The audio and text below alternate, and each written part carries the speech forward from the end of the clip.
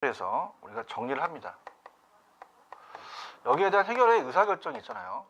의사결정을 할 때 이 정보를 갖고 이제 따지는 건데요. 우리가 이제 그 의미 있게 유용한 형태로 가공해서 그 다음에 정리합니다. 그래서 이 가치를 창출하는 겁니다. 가치를 창출한다. 자, 그래서 우리가 이제 불확실성에 대한 걸 감소시키는 거죠. 그래서 불확실성을 감소시키는 걸 하는 거죠. 그래서 이제 그 정보에 대한 개념으로 들어갑니다. 수집된 데이터로 문제를 해결하는 거죠. 정보라는 것은, 인포메이션이라는 것은 관찰이나 측정을 통해서 우리가 수집된 자료를 실제 문제 해결에 도움이 될 수 있도록 해석하고 정리하는 것이고, 즉 정보는 유용한 형태로 처리, 가공, 해석, 처리, 정리한다고 말씀드렸죠. 그 다음에 정보에 대한 역할은 좀 전에 말씀드렸지만 미래의 불확실성을 감소시킨다. 그 다음에 이제 자료에 대한 개념은 뭐 1차와 2차 자료라는 게 있어요. 그래서 1차 자료와 2차 자료, 자료는 이제 앞쪽에서 이제 뒤에서 우리가 배웠죠. 자료라는 것은 유통 마케팅에서 1차 자료와 2차 자료가 있다고 말씀을 드렸습니다. 두 가지가 있다. 그래서 우리가 1차 자료는 기업이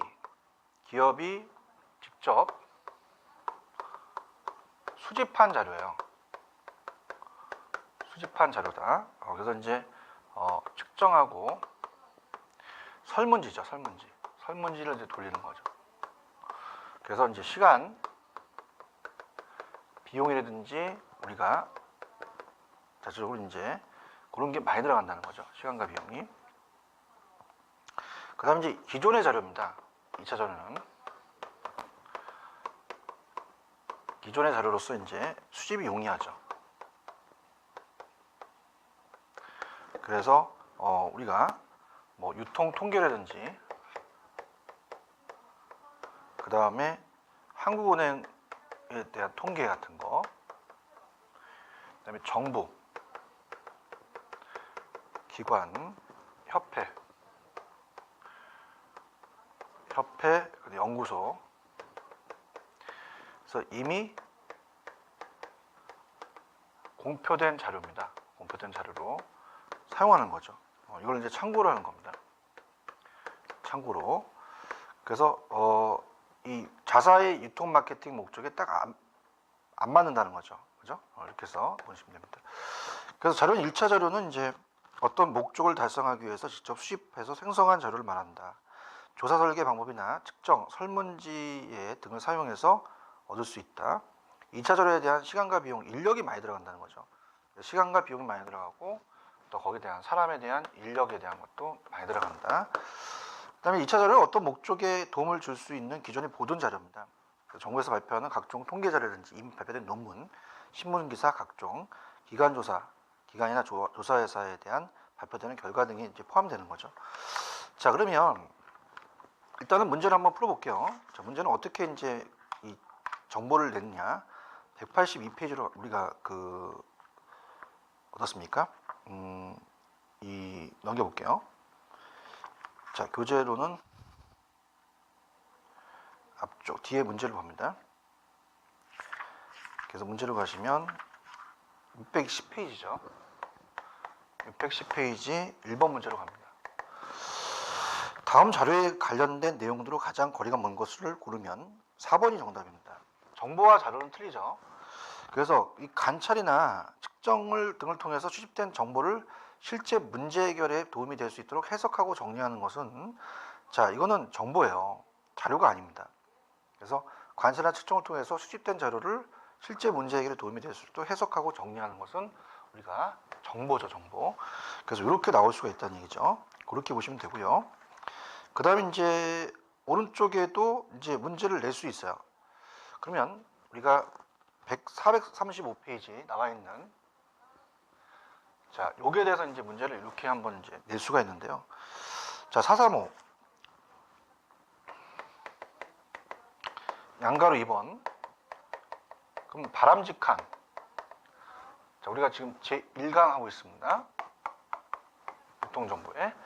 자, 바람직한 정보의 속성. 자, 그래서 첫 번째는 정확성입니다. 정확성이 있어야 된다. 자, 이 정보를 정확한 자료로 우리가 정보를 정확한 자료로 근거를 해야 된다는 거죠. 그래서 데이터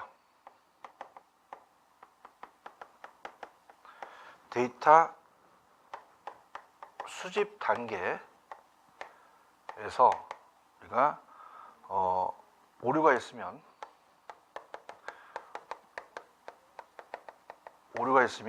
안 된다는 겁니다. 그 다음에 이제 관련성입니다. 관련성. 자, 정보는 의사결정과 관련성이 있어야 된다. 유무의미한 정보는 이제 관련성을 따라서 필요한 목적의 정보가 부합해야 되고 양질의 정보를 취사 선택하는 기준이 된다. 그 다음에 세 번째가 이제 경제성입니다. 자, 돈이 어떻습니까? 우리가 너무 많이 들면 안 되죠. 정보를 얻는데 비용보다 정보 이용이 인한 가치 창출이 더 커져야 됩니다. 그래서 정보 우리가 이용 가치가 정보 수집 비용보다는 커야 된다는 게 경제성이 있어야 된다는 거고요. 그 다음에 이제 네 번째는 신뢰성입니다. 신뢰성이 있어야 된다. 그래서 원천 자료의 수집 방법과 관련이 있는 것으로 정보는 신뢰할 수 있어야 되고요. 자, 다섯 번째는 완전성이에요. 완전성. 그래서 불완전하면 안 됩니다. 불완전하면 안 된다. 자, 그래서 이제 그 내용에 필요한 것이 충분히 내포되어 있어야 되는 거예요. 완전성은 이제 문제 해결에 필요한 정보가 완비된 정보를 의미하는 것으로서, 완전성은 정보의 과부하 현상과도 연관이 있다는 거죠. 정보가 너무 많으면 안 되고 의사결정할 수가 없다는 얘기죠. 그 다음에 단순성. 자, 그래서 우리가 가급적 복잡하지 않고 단순해야 된다. 정보가 지나치게 복잡하고 상세하면 불필요한 정보가 되고요. 자, 7번 적시성. 자, 일시간에 제공이 적시해야 되는 거죠. 기업이 의사결정할 때 필요할 때 있어야 된다는 거죠. 그래서 아무리 양질의 정보라도 필요한 시기에 이용자에게 제공되어야 된다는 거죠. 즉, 정보는 필요한 시간에 제공될 때 비로소 그 진가를 발휘할 수 있다는 거예요. 그래서 정보의 적시성 공급은 유통경로의 관리에 있어서 경로 시스템의 효율을 높이고 경로 구성원들 간의 협력을 이룰 수 있다는 거죠.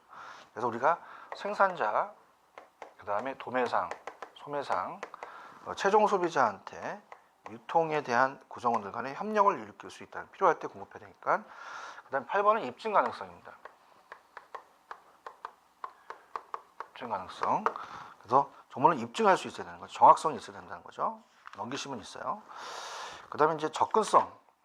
입증 가능성이 증거성이라는 거기도 합니다. 정보의 정확성을 또 확인할 수 있는 정도여야 되고, 그 다음에 이제 9번째는 접근성입니다. 그래서 정보는 이제 공간적으로 쉽게 접근할 수 있어야 됩니다. 그래서 가치가 높아진다는 거죠. 정보의 접근성은 정보의 저장 방법에 의해서 영향을 받는데, 자, 일반적으로 우리가 인터넷상의 정보는 벤이라고 하죠. 그 그릇입니다. 벤은 그 사업상이 가입해야 되니까 이데아를 담는 그릇이 이제 벤이죠. 벤에 존재하는 우리가 웹에 대한 인터넷이라든지 정보보다 접근성이 높다. 형태성입니다. 그래서 의사결정자의 요구에 정보가 얼마나 부합되는 형태로 제공되는지 이렇게 보는 건데요. 자, 문제를 한번 풀어볼게요. 지금 관련 문제가 일단은 610페이지 또 갑니다. 문제를 직접 풀어보는 게 좋아요. 610페이지 2번입니다. 2번 문제로 가면, 자, 정보가 그 자체의 시간적 효용이 더해지면 그 가치가 높아진다는 것은 정보의 특성 중 무엇이냐. 시간적이라는 건 적시예요. 자, 시간이니까 적시밖에 없지. 뭐 우리가 그 식을 본다면 시간이니까 자, 적시성. 시점 맞춰야 된다는 거. 그 정보는 아무리 양질의 정보라도 필요한 시간에 이용자에게 제공돼야 된다는 거예요. 정보는 필요한 시간, 필요로 하는 시간에 제공될 때 비로소 그 진가를 발휘한다는 거죠. 시점을 맞추라는 얘기야. 그래서 이러한 정보의 적시적 공급은 유통 경로의 관리에 있어서 경로 시스템의 효율성을 높이고 경로 구성과 협력을 이끌는다고 얘기했었어요. 자, 그렇게 보시면 되고요. 그 다음에 넘겨보시면은 정보에 대한 가치라는 것은 그냥 밑줄만. 자, 정보의 유용성이라는 겁니다. 의사결정에 또 얼마나 기여할 것이냐. 앤더슨은 이제 정보의 가치는 정보의 정확성과 함께 정보의 효용으로 평가되어야 한다고 주장했습니다. 그러니까 정보는 필요할 때, 필요한 장소에서 필요한 형태로 제공되어 가치가 있다는 거죠. 그래야만 가치가 있다. 자, 형태 효용은 이제 정보 형태가 의사결정의 요구보다 밀접한 부합될수록 이제 정보의 효용이 높아지고 시간 효용이라든지 원하는 시간에 제공되고 장소 효용, 정보에 쉽게 접근할 수 있을 때 정보 효용성이 높아지고요. 소유 효용, 정보 소유자는 다른 사람에게 정보가 흘러가는 것을 통제해야 된다는 거다. 이렇게 보시면 되고요. 정보와 자료, 지식 간의 관계는 자, 그냥 밑줄만. 토마스 데이븐 포토는 자신의 저서인 정보 생태학에서 정보도 그 특성에 따라 데이터, 정보 및 지식 계층으로 나눌 수 있다고 주장합니다. 자, 그래서 우리가 그 내용들을 이제 본다면 이 수집한 자료를 의사결정에 이제 자료가 있으면요. 자료가 있으면 자료를 이제 정보로 바로 이제 연결이 되고 데이터. 그러면서 체계화가 되는 축적의 지식. 그래서 수집한 자료를 의사결정에 유용한 형태로 처리하면서 정보라고 하고 이러한 정보가 체계화되고 축적되면 지식이 된다는 겁니다. 그래서 우리가 자료라는 게 또 나오는데 자료는 어떤 현상이 일어난 사건이나 사상을 기록한 것으로 숫자, 기호, 문자, 음성, 그림, 비디오 등으로 표현할 수 있죠. 자, 이러한 자료들은 운영 개념이 없는 사실, 팩 자체를 이제 의미합니다. 정보, 인포메이션은 이제 자료를 사용자의 목적에 맞게끔 분류하고 여과해서 의사결정이 매우 중요하게 이용되는 거고요. 자, 니은에 보시면 이제 사회과학적 방법과 경영정보 시스템, 의사결정 시스템, 전문가 시스템 등 정보 기술 등에 활용되고요. 자, 지식이라는 게 있습니다. 지식은 어떤 특정 목적의 달성에 유용하도록 정보를 추상하고 일반화하는 거죠. 그래서 그 정보가 동종의 정보끼리 집적돼서 일반화되는 형태로 정리됩니다. 정보가 축적된 형태라고 볼 수 있고요. 지식의 특성 중요합니다. 지식에 대해서는 이제 수학 체증의 법칙이 적용된다. 자, 지식은 경제학 원론은 항상 경제학에 대한 건 수학이 체증하는 게 아니라 체감하죠. 근데 이거는 더 계속할수록 더 체증이 된다는 거예요. 수학 체증의 법칙. 그래서 더 많은 사람이 공유하면 할수록 그 가치는 더 커진다는 겁니다. 그래서 또한 지식은 비경합성, 서로 경쟁하지 않으면서 한 사람이 지식을 많이 가지고 있다고 해서 다른 사람이 지식을 줄이는 건 아니에요. 비경합성이죠. 그래서 많은 사람이 공유할수록 더 커진다는 겁니다. 재화는 많은 사람이 나누어서 이제 감소하게 되는데 이렇게 되고요. 그 다음에 이제 정보에 대한 혁명이라는 게 있죠. 그래서 이거는 이제 넘겨보시면은 정보 혁명에 대한 의의는 그 1970년대 이래 전개되는 정보통신, IT 기술의 발전과 고도로 발달된 정보통신 시스템의 보급으로 이제 정보혁명이라는 게 나타나죠. 그래서 오늘날 인터넷의 폭발적인 보급에 따라서 어떤 지식정보혁명이 크게 빠르게 진행되고 있습니다. 그래서 정보혁명의 전개는 이제 미래학자가 엘빈 토플로가 중요한 학자죠. 그래서 우리가 이제 이 정보혁명의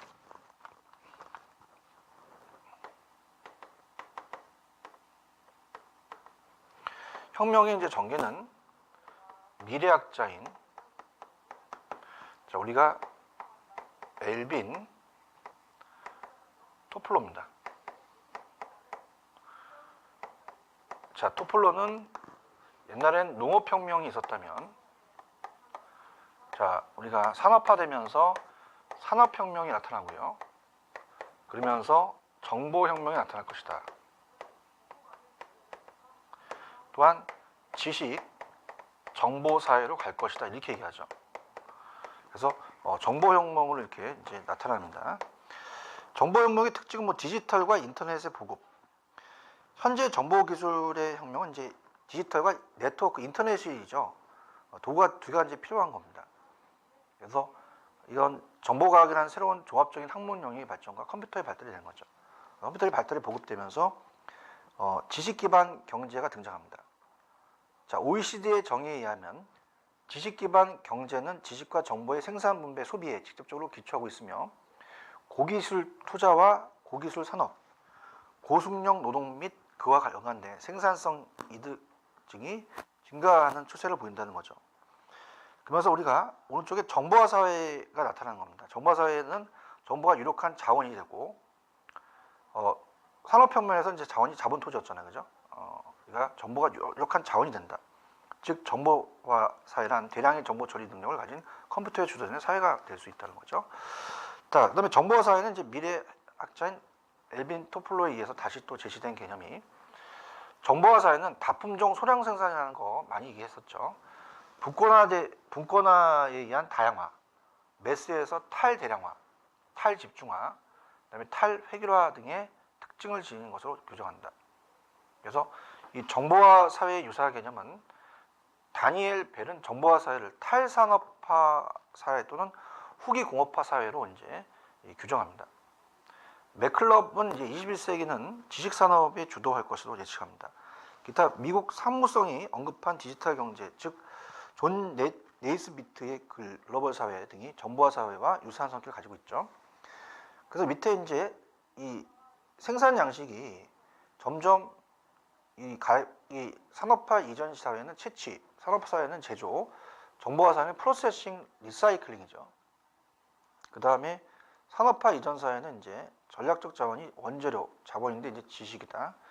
산업화 이전에는 기술이 기능, 산업 사회는 기계 기술, 그다음에 지능 기술로 간다. 그다음에 이제 인력은 산업화 이전 사회는 이제 장인, 농부, 수공업자인데 산업 사회다 보니까 기술자, 숙련공이 있고 정보화 사회는 과학자와 전문가, 기술자가 아니라 전문가 시대다 이렇게 보시면 됩니다. 그다음에 정보화 사회의 특징과 문제점은 그냥 참고하시고요. 자, 넘기시면은 자, 어떤 게 이제 중요하냐면 뭐 정보화로 인한 개인 직무상의 변화는 좀 볼게요. 자, 이 정보 전문직에 대한 일반인 취업 문호가 넓어지는 경향이 있죠. 그죠? 그다음에 이제 업무가 자동화되는 비율은 이제 일반 사무직원들의 경우가 가장 높습니다. 많이 준다는 거죠. 그래서 우리가 대기업 같은 거는 관리 파트가 많이 줄어들죠. 사무 자동화되니까. 직무 환경이 보다 공식화되는 경향이 있고요. 우리가 그다음에 관리자들은 자료의 수집 및 보관 업무에 이전보다 적은 시간을 투입할 수 있어요. 자동화되니까 컴퓨터가 알아서 저장하고 보관하니까. 정보사회의 오른쪽 문제점은 소수의 정보가 독점에 의한 독재, 정보 과잉 형사, 정보가 너무 많아서 판단, 의사결정이 힘들다는 거죠. 프라이버시의 침해 문제, 그 다음에 문화지체 현상, 그 다음에 정보 격차로 인한 국제 간의 불평등 심화, 국가 간의 정보가 불균형할 수도 있다는 거. 그 다음에 이제 정보와 유통혁명입니다. 그래서 우리가 이제 그 유통혁명이라는 자체, 어떻게 이제 우리가 유통혁명을 볼 것이냐. 유통혁명이라는 자체를 우리가 이제 얘기하는 거죠. 441페이지. 혁명이란 얘기까지 쓰는데요. 자, 유통혁명이라고 하는 것은 자, 어떤 거냐면 자, 이렇게 보시면 돼요. 우리가 그 도매상의 존재 이유가 조금 적어진다는 겁니다. 상실되는 거죠. 그래서 우리가 소매업, 대형 마트 같은 데 경로 파워 행사가 된다는 거예요. 경로 파워 행사를 한다는 겁니다. 그래서 우리가 그 직거래를 통해서 우리가 이런 것들이 이제 이루어진다는 겁니다. 그래서 이런 것들이 이제 슈퍼마켓, 제가 이제 SSM이라는 박사 논문을 썼는데 우리가 슈퍼마켓에 대한 기업이 뛰어들게 되겠죠. 대형 슈퍼마켓이든지 발달해서 우리가 대형 할인점, 이마트라든지 우리가 이런 할인점들이 들어서면서 우리가 이 유통혁명을 주도합니다.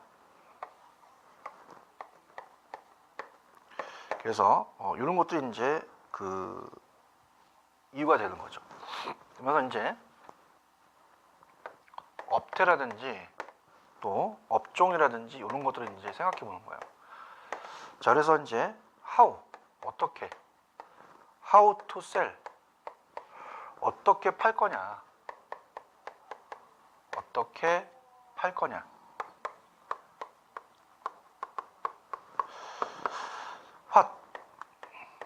what to sell, 무엇을 팔 거냐. 뭐 이런 것들이 이제 문제가 되는 거죠. 그래서 우리가 어떤 방식으로 팔 거냐, 어떻게. 그래서 유통혁명이 주도가 되면서 우리가 신업태가 나타납니다.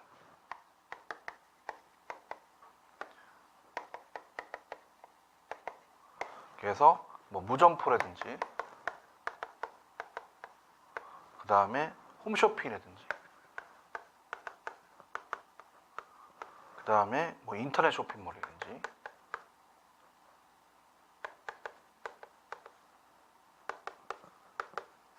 이런 게 이제 구성이 된다는 거죠.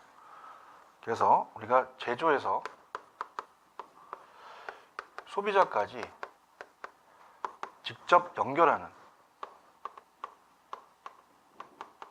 그죠? 전자상거래든지 이런 것들이 이제 혁명이라고 볼 수 있어요. 그럼 읽어볼게요.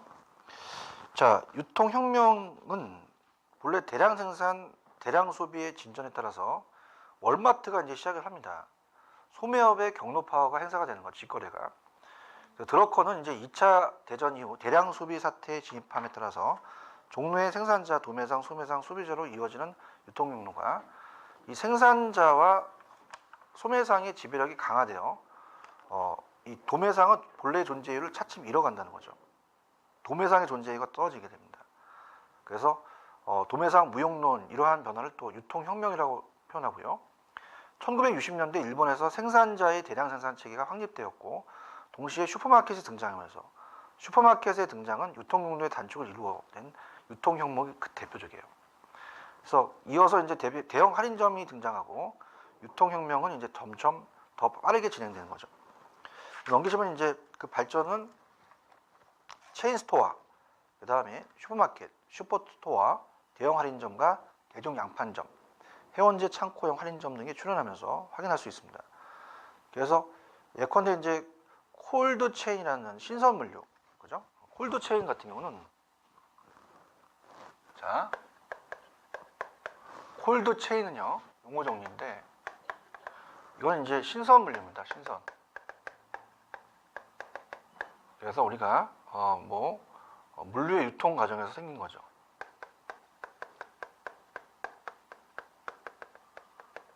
과정에서 생긴 거다. 그 컨테이너 수송도는 유통혁명의 수단이 일환으로 파악되고요. 새로운 신업태가 나타나기 시작하는 거죠. 그래서 유통업체 고객의 요구에 능동적으로 대응함으로써 유통공로상에서 힘의 우위를 차지하게 됩니다. 이를 통해 가격이나 포장 단위 등과 같은 중요한 시장 지배 요인이 결정되는 주도권을 이제 확보하면서 할인점이 주도권을 갖고 있습니다. 그래서 우리가 월마트가 대량으로 매입한다든가 또는 교섭력, 이런 교섭력의 파워가 강화되는 거죠. 그래서 얘가 유통 경로에 주도권을 갖게 되는 겁니다. 그래서 즉 새로운 유통업체들은 이제 소매를 거점으로 해서 공급자와 소비자를 직접 연결해주는 통합, 무점포, 홈쇼핑 시스템을 적극 또 활용하는 전략으로 유통시장을 또 지배하기도 하죠. 이렇게 여러분들이 보시면 됩니다. 그래서 이제 유통혁명 이전과 유통혁명 시대로 바뀌는 것이 관리 핵심이 예전에는 이제 유통혁명 이전 시대는 개별 기업 관리가 공급체인 관리, 그래서 유통 경로가 이제 공급 체인으로서 제조, 도매, 소매, 우리가 최종 소비자.